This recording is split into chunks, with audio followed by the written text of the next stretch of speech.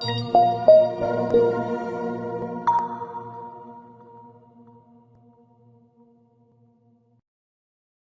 is a substantial risk of loss associated with trading forex, binary options, stocks, or equities, collectively, asset classes. Only risk capital should be used for trading. Trading in any asset classes is not appropriate for everyone. Past performance is not necessarily indicative of future results. No representation is being made that investors will make profits, or will not sustain losses. Before trading in any asset classes, investors should consult with their professional broker, financial advisor, or financial consultant to determine whether trading asset classes is appropriate. Investors who trade in any asset classes should only do so if the capital used for this purpose represents funds that an investor can afford to lose without adversely impacting the investor's lifestyle. No trading strategy or methodology is without risk of loss. No trading strategy is risk-free, and no trading strategy can guarantee profits or freedom from losses. Investors risk losing the cost to execute any transaction, including associated commissions or fees. You should carefully consider whether trading in any asset class is appropriate for you in light of your investment experience and financial resources. Any trading decisions you make are solely your responsibility and at your own risk. None of the statements or materials in the Auvoria Prime chat rooms constitute a solicitation or recommendation to buy or sell. Welcome, traders, investors of the world, first-time clients, students, and just the random individuals that want a quality macro education. I'm not your guy. You should probably find somebody else. Just kidding. My name is Steve Vetterl. Today's the 4th of February. We are approaching the first part of the middle of Q1, right? Say that again 10 times. But here's the deal. I'm going to go through the next 30, 45 minutes, depends on how tangential and me diatribes go on today. But I wanted to just cover kind of what went on last week, just from a big macro picture. Anybody that's been listening to this cast over the course of the last 2 years know that I, along with my fellow comrades at the firm, been quite bearish on equities, been, really under essentially allocated in this area. 4 clients have been talking about this publicly for damn near a year, actually a little bit over a year. We went bearish January of 22, right? So what's happened since then? I've covered a lot in previous Saturdays. I always try to sort of take a different topic each week. Sort of give you guys sort of the well-rounded education, at least how I approach all of this from a viewpoint. The research that I do, sometimes it's deeper than others, sometimes it's very basic. One thing I will always tell you is that, and I'm going to show you an example of this today, I find all kinds of smart people, in many cases these people that I work on reading a lot of their research are far more time put in this than I. In some cases, far smarter than myself. So as I always encourage everybody when you're listening to these things, don't make any one person your guru, right? I always thought there was a great Netflix special on Tony Robbins called "I'm Not Your Guru," and it just takes a toll on him. But the guy just lives an absolutely outlandish lifestyle, right? It's an extreme example of how to live. And what I always tell people, if you want to relate that to research in the markets, some of the most extreme out individuals in terms of how they view things can sometimes have a better view, right? I still think at the end of the day, the best tools to use for any kind of research is your own brain. Don't believe what any of the hype is about. Take your own opinion on it. Doesn't mean you can't read 16 opinions to form your own, right? Maybe an amalgamation of all of those together, which is fine. Sometimes I'll do that, right? But I think the key is always find quality people that can help fill any void you're looking for in a research category, as I do, right? Just makes everything a lot easier. Case example, IBD, big fan of William O'Neill for well over 20 years. I use a lot of his work in my research, in structuring portfolios and trading, all that fun stuff.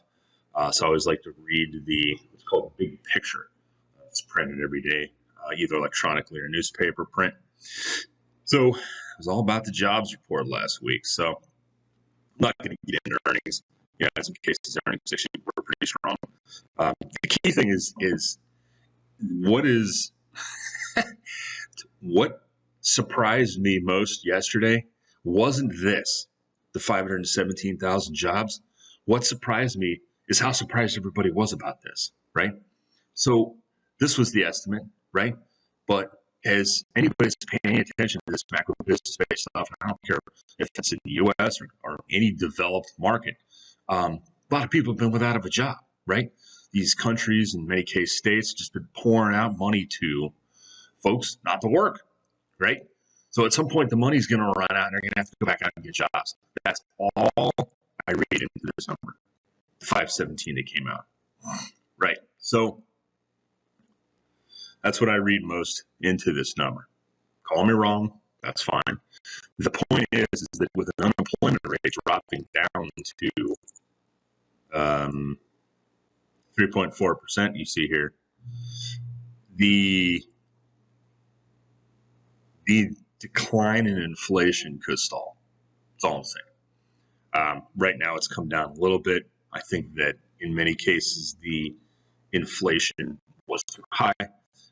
Typically, anything that is a dislocation, if you will, in the metrics of an economy will be ironed out, so to speak, just on the basic core fundamentals of capitalism, right? So supply, demand, all that fun stuff. I've put in a bazillion pieces up on the Telegram cloud for you guys to understand sort of how the macro money supply system works globally. But in a nutshell, the market now, I imagine, will shift to concern about the Fed keeping raising rates, right? I already think they've gone too far. I mean, you could see it in almost every area. I mean, gosh, just talking to clients and reading through some research. I'm going to show you a couple of pieces from a couple of guys I follow on Twitter next that explains sort of where the cycle is that we're in. Because I think understanding a broad full market cycle can bring a lot of clarity to smaller subjects, right? So, that's kind of where we are, and the other reason I wanted to show this, since I'm getting more and more into trying to find the right people to follow, right, in terms of analysts and strategists and so forth. He basically said, this guy, Edward Moya, says disinflation process may have begun, but a stronger labor may prove troubling for bets for inflation to continue to drop quickly. This is a key line right here. Bets.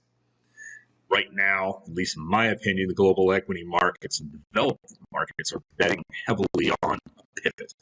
Right now, even though that may be the case, typically you have a bullish stance to the beginning of almost any year. Why? Because especially in times where people are being overpaid in some jobs, there's lots of bonuses pouring into the market in January. It has a levitating effect on equity pricing. So as the markets have gone up, and then we sort of get out of the almost like New Year's Eve partiness of moving through the first part of January, I think you can, people are starting to wake up with more hangovers now and see, hey, what's really going on, right? And what's going on is strength in a lot of areas, right?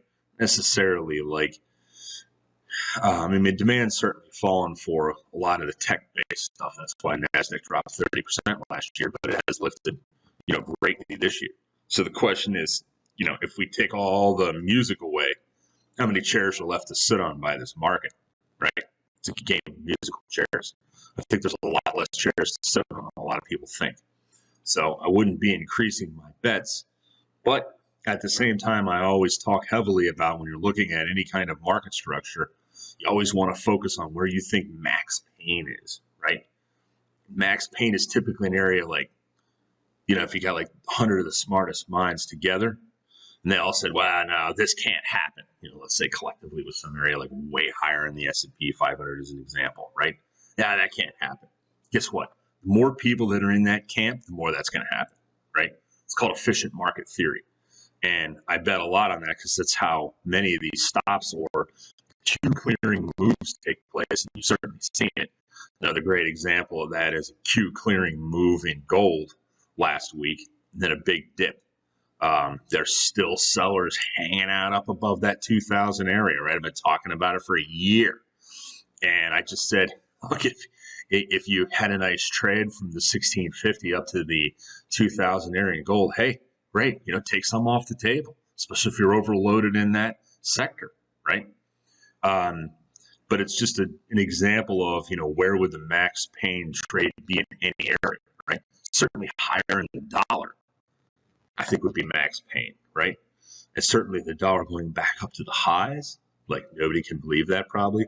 Have a good consensus on where everybody stands on some, out there type of forecasts, obviously, but, that would be max pain, right? So, yeah, I'm just saying as you're looking at any chart, the key really is just to understand, what do you think just absolutely can't happen if you are in a overloaded camp of people that are with that opinion that hasn't been priced in the market.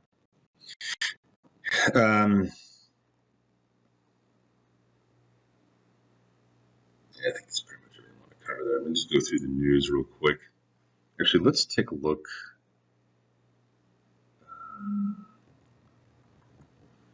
Let's do. Bear with me a second here. I'm going to show the Forex Factor stuff first.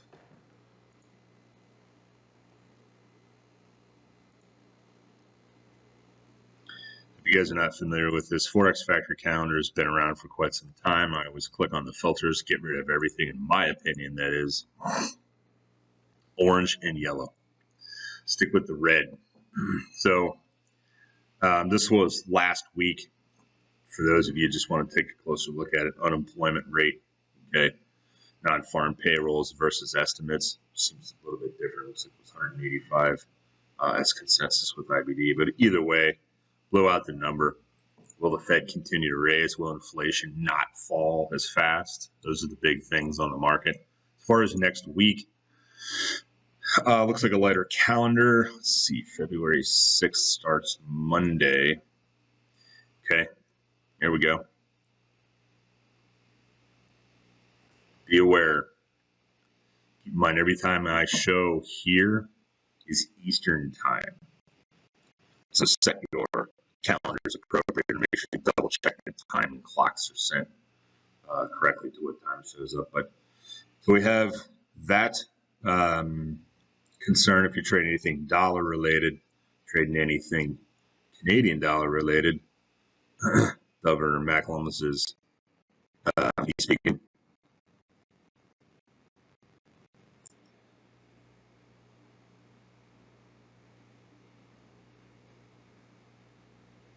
See anything inflation related next week, so that is what to be aware of there. Let's take a look at the charts. Daily charts for each candle represents a single day. Finviz.com, I love it. I use this along with TradingView as tools for research. So I'm not going to get into this in terms of just, it seems like I talk too much about equity. So let's focus more on, look, I know a lot of you guys trade index-based using some of the Auvoria algos. But the interesting things I've noted as I try to cover everything in these daily charts, you can look at these in a weekly format too if you want to see more of a smooth out of data. I'm really just looking to see current trends, and essentially here's the market since the beginning of the year thinking that, we're off to the races. So S&P essentially has lifted almost 400 points since the beginning of the year, which is a pretty good lift. Just enough of a lift, as you hear me talk about, for them to load the boat full before they pull out the rug again. Of note, the economy is really getting that strong. Why is most of this heating space headed down? Here is the gold slam session that I had warned about. This really needs to be best seen in a weekly chart, in my opinion. Anytime we've gotten close to this area, look, I get it. There's other exogenistic factors that play a force in the movement in precious metals. I understand that. But the simple fact is, every time we've gotten up there, I said, here's a warning. They're going to go clear out the queue. Then somebody's going to come in as a heavy seller. Now, I'm not advocating trading gold. I just use chart patterns to illustrate points. This particular case, see if I can make it a little bit bigger.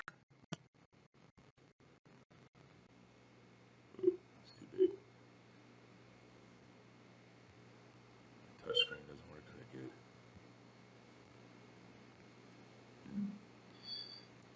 When in down, refresh.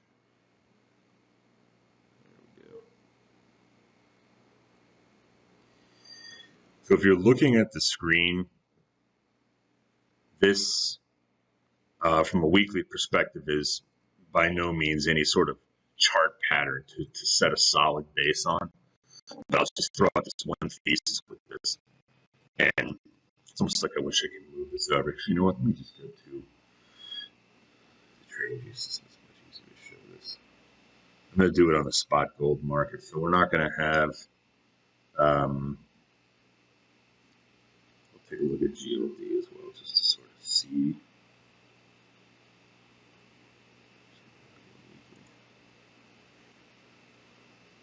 Reset. I just want to see the top patterns. Full size screen. So let's see. Here we go. So one thing to note is, I'm not going to draw this out. I know you can draw this. I just rarely ever do that. Just envision this. A lot of the naysayers will be like, well, you know, gold got up around that area and, you know, it's done auctioning to the high. Okay. Didn't make it to the value very high, by the way. On a long-term chart, this is a much, much more important line that can act as a real magnetizer. Is that a new word?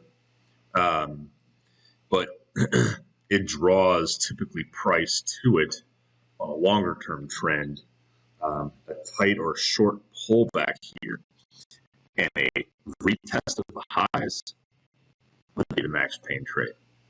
And if in fact that holds and we start to lift out of this pattern on a longer term trend and volume continues to pick up maybe a little bit like you see here, other time frame players are at work. What does that mean? That means it's a breakout. So whether that pattern takes or manifests itself to either an up or downside on this chart, the key really is I want to be where the big smart money is starting to initiate. Does that make sense? So if it did break above this in volume one, the argument can be made, hey, maybe this is the first beginnings of what's called initiating activity, right? This is a very powerful force in any liquid traded instrument on this planet. Key word being liquid. You never want to go against the grain of this, right? This hasn't shown itself. That could be totally wrong. We could auction all the way back down to this area. But pretty much the same thing that I just showed you is going to show on the spot market. Why is it running so slow here?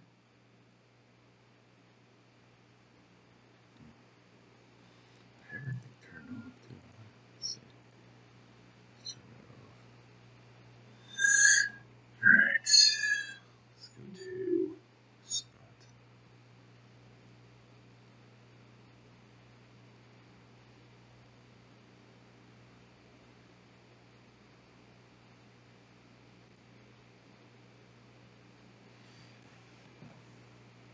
I think we talked enough about that. I don't want to. I don't really trade gold or oil.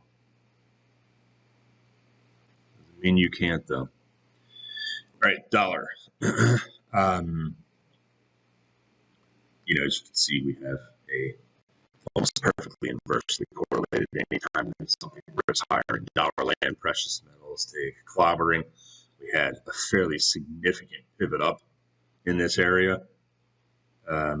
But if we go to, which is a complete 100% accurate comparison, we can see where all the volumes being executed on this. So we're looking at a little bit more than the entire last year, but every piece of data in here on this chart I want brought in, as you can see. Arguably, we can take this point here from March, move it back so we don't have the data for this upper. Why? Because we only care about the data what's trading inside this zone. Look where we are.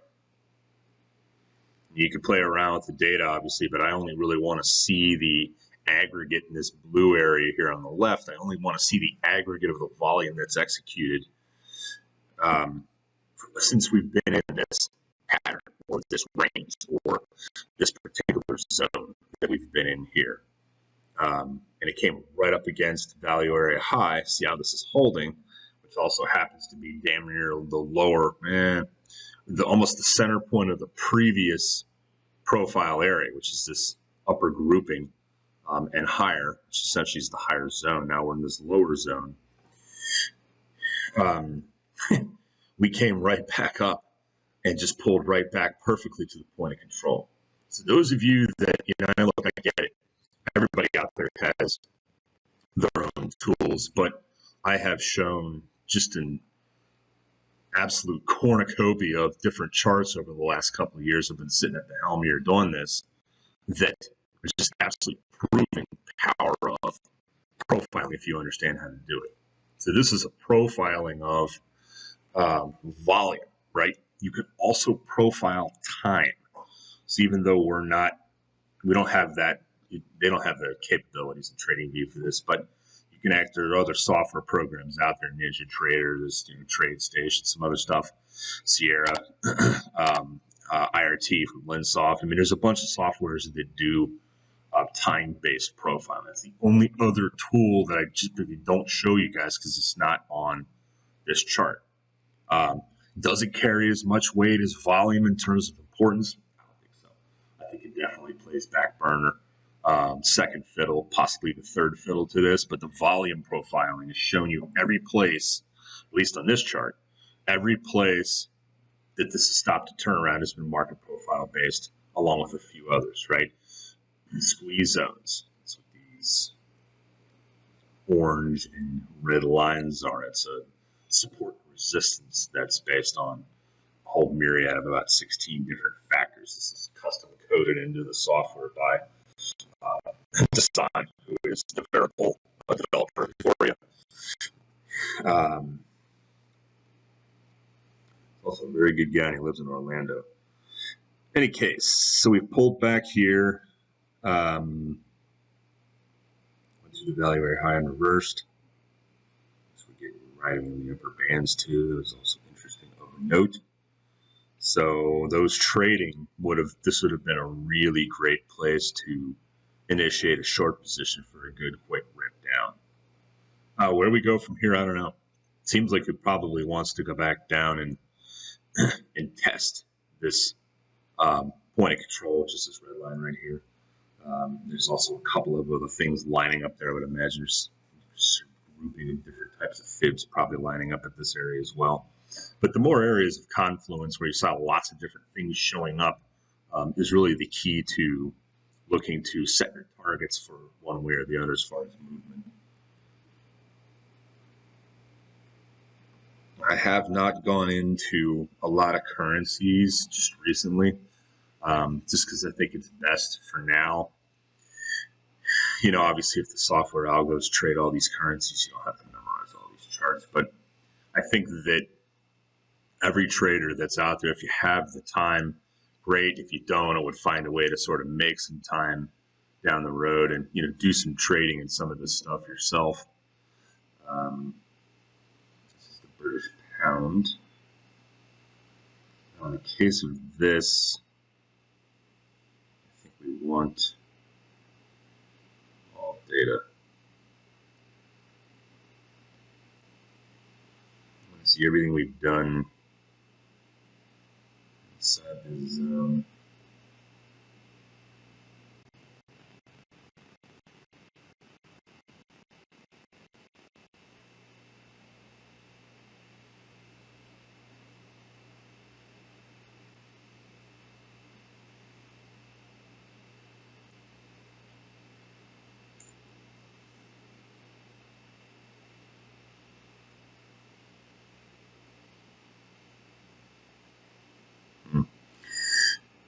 One of the things that's really just trial and error, unfortunately, is when you get too much, everything just gets too small. You're going to have to go up to a higher time frame to sort of smooth it out. So let me just reset the scale here. So this is GBP CAD, and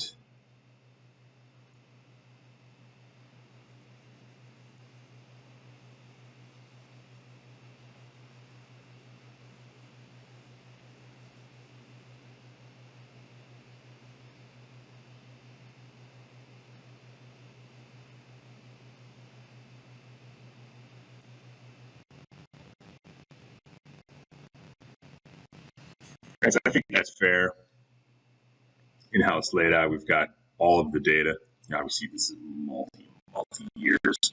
There always could be arguments made for why the hell do we care about data from 5 years ago? It doesn't matter anymore. Well, it just makes a stronger point. But if you're wondering why we've bounced off of this zone headed back down, it's because look at this. It was the value area low.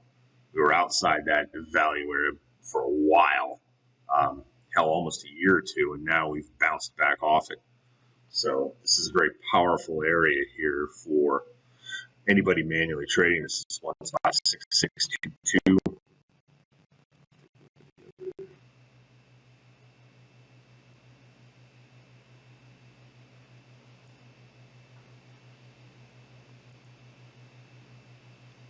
I try to go from DXY to Euro to GBP, dollar next. We took a detour. We found a cool chart pattern to see. See the power of market profile. So,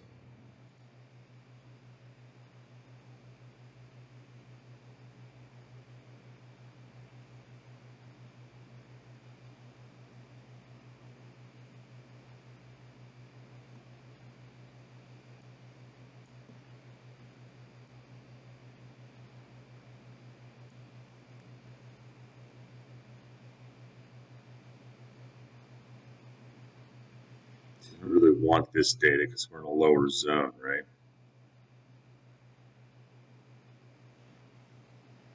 Yeah, hit the mother load right there. Let's see.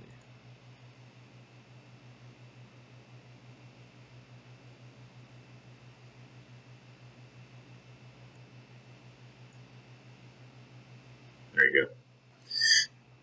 Sorry for the delay. So, very important to me. I only care about the volume data that is in the lower range that we're in. Yeah, so I didn't introduce this to everybody on this cast till about a year ago. I've been using this profiling stuff since 2006. It was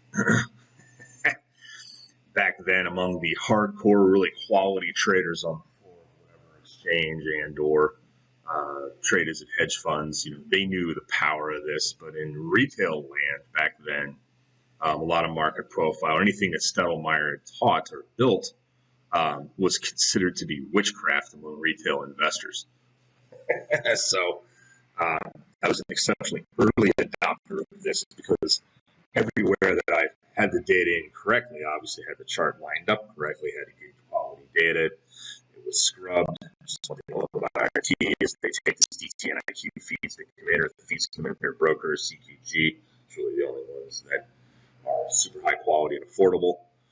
And it scrubs them, auto scrubs the data to the tick, which probably has lost a few people here. But the key is it scrubs the data for quality against what the exchange says, right? And the feeds, especially like DT and IQ feed, which I think is the best, scrubs the data out. So if you're trading, in this case, it's more of a futures example. Based on this on here, you can look and see why, what's the quality of the data. The better the quality of the data, the more solid these areas are as far as zone highs, both value area low and high, and the point of control. All right, so that's kind of where I think we are in terms of range for the pound. You can see all the levels that are important. It's one spot, 1.19 area. Notice how we just sailed through the point of control because I think we're going to go back down and test this low right here. If we bounce back up and do not break through this again, probably hit it right here. So that's why you can use these as a guide point, right? We certainly could pause, but I would imagine the auctioning process will take back down to the low. If in fact this was a turning point in these currencies, which could have been, right? I always want to see at least a couple of days for it to sort of test out, has it turned? Here's Bitcoin, by the way. I don't think I've shown this in a while. This, I want to take a look at a daily chart. There's just way too much noise in this. So once you've looked at the daily, you want to switch to weekly, in my opinion, next. You can put this on, since we really don't have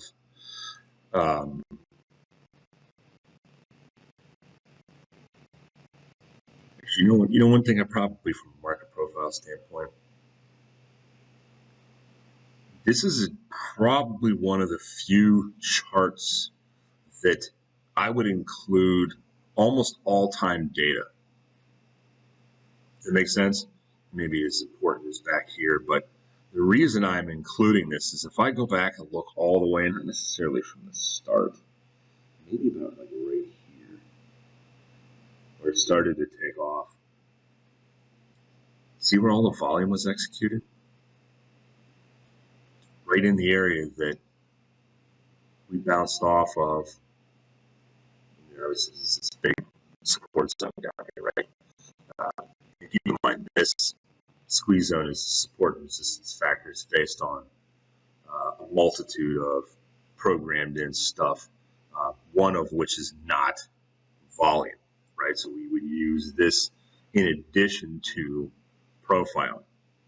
But I think it's interesting. So the only reason I would do this for something like this is because there's a lot of those hold on for dear lifers that, regardless of whether or not they've completely clobbered their net worth when they were buying up here, they're still holding this stuff. And I'd imagine a lot of them have loaded with this whole FTX BS and Coinbase, which is pretty much probably going to zero, as I said, as soon as it hit the public markets a couple of years ago. Do not be in this stock. You want to see everything that's executed. These are the real support points down here. So we really want to see what this coin is worth. Get down trading into these levels and see some real craziness probably take place. I don't know what's going to happen. I have no clue. I try not to set up any forecasts of this because, man, this is just some wild stuff, right? And, for those that are, well, hey, it's about to break out of its zone and then just tear higher, hey, maybe they're right. Only thing I'm going to say from a risk standpoint is if you are the type of individual out there that, and look, I'm not pointing fingers at you, but if this was my kid, I was much older, and he came to me and said, "Dad, I've got 200 grand in Bitcoin. It was worth a lot more when it was higher, and that's the only money he had." I'd be in his face going, "What are you doing? Why are you pissing all your money away? You've already lost a huge chunk of it." And what if it went to zero, right? So from a risk standpoint, if we are getting back up into these areas and you are a holder from higher, and it is an overwhelming position in your portfolio, I think this is a gift and takes them off the table. All right, the coinage. Let's take a look at.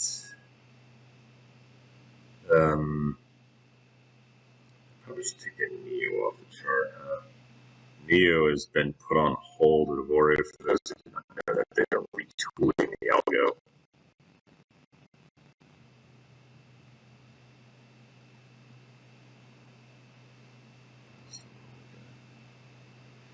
Let me try and cover. I don't trade the yen. I don't trade much currencies, really. Quite excited about Stratos. Am I getting that name right? Stratos. The release of that. I've seen a lot of FX books with the performance of this thing because it's just a much more safer algo to trade. I mean, obviously you can always put like super safety on any algo, but then you don't really make much money off it. But so just something essentially that's just out of the box. Either ready to auto trade your account or shoot you trade recommendations depending on where you live, U.S. versus everywhere else. That's great because you don't have to get in, as I've said from a risk standpoint from the very beginning. I guess I probably don't focus on this enough. Is don't be in there tinkering around with stuff. You don't know what's going on, right? It's like somebody handing you a brand new M5. For the life of me, I'll never understand this, right? And they'll get a car like that, or some sort of super Porsche, they'll start tearing it apart, doing all kinds of whack stuff to it. It's like one day we in California used to deal a lot with people that were big into off-roading, razors, raptors, all this, basically sand and dune jumping stuff. I said to the one guy, I said to him, I've always wanted to own one of those raptors. This thing's just an absolute beast. I go, but I hate the wheels. I want to change them. And he looked at me and he said, why on earth would you ever want to tinker with something that Ford spent millions of dollars just developing wheels in this thing? I'm like, yeah, you're right. I don't want to mess with that. And that just sort of just like mentally just punched me in the head. And, why would you want to be messing with that? Maybe I can't do it better, right? I mean, Ford Race Developments guys, they're the bomb. I mean, they put out just phenomenal stuff, right? So if you find something that works, right? And let's face it, we're all searching for the Holy Grail now. Some of the biggest and best and wealthiest people on this entire planet have found that Holy Grail, right? Jim Simons, Renaissance Capital. Hats off to you, my man. He's still alive, by the way. But nobody knows what the hell those guys don't, but they basically have printing machines in New York. So everybody's looking essentially to develop all that, right? And, but one thing I have been a fan of is essentially the steadfastness, if you will, of the executive management of Auvoria in their constant search for quality products, right? And when this thing hits, and I've had a chance essentially to take a closer look at it. I've already taken a pretty close look at performance. I really like it. As with anything with me, which I sort of break from management on, is I want to see a longer term performance, right? And the argument always is, well, we can show that, but this product has been retooled a bunch recently, so that's not necessarily an accurate representation of what its potential risk versus reward is now. Look, I get that. But at the same time, I still want to see it. Man, I'm just not a long-term based guy in almost everything I do. I'm accused, which rightfully so, of being just way too research-based in almost everything I do. So it drives my kids nuts. It's many of my colleagues, but it just helps you make better decisions. Really, bottom line. It's better sitting around the television, right? Watch TV. Anyway, I will shut up now. Let's see what else I want to.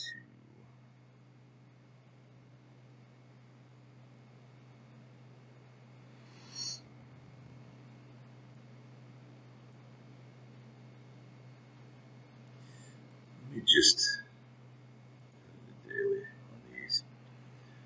If you guys want to see your currency and how everything lines up, I'm not going to readjust all the data. I'm just going to go through each one. Go and take a look at the screen. Aussie New Zealand dollar, Aussie CAD, CAD Swiss. These are daily charts.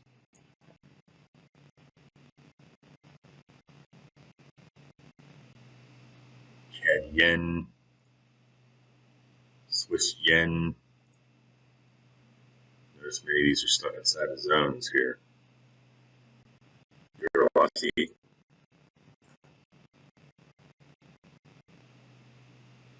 Euro CAD. Tight zone up there. Euro Pound. Always seems like one of the more boring ones to trade. Euro Yen. Euro Dollar. We've gone through that. Gone through that. Pound Swiss. Never understood why somebody traded that, but who am I to comment on the trading of whatever instrument, right? It all could be fun. Pound New Zealand. GBP USD.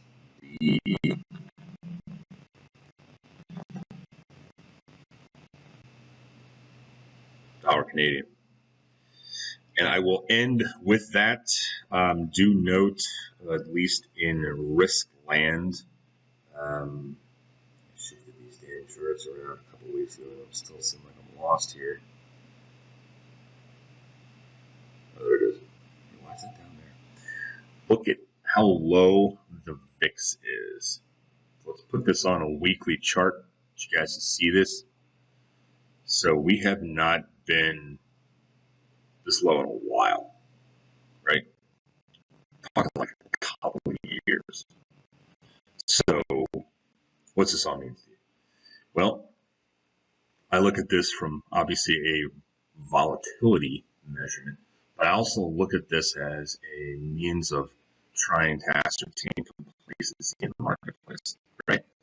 Things are kind of wild in price, but yet the risk factor is low. There's folks out there sitting fat and happy, and it usually means something big's going to happen. So just keep that in mind. Wish everybody a great weekend. Family, friends, and charts. That's where you want to be, in my opinion. My name is Steve Vetterl. Off the mic.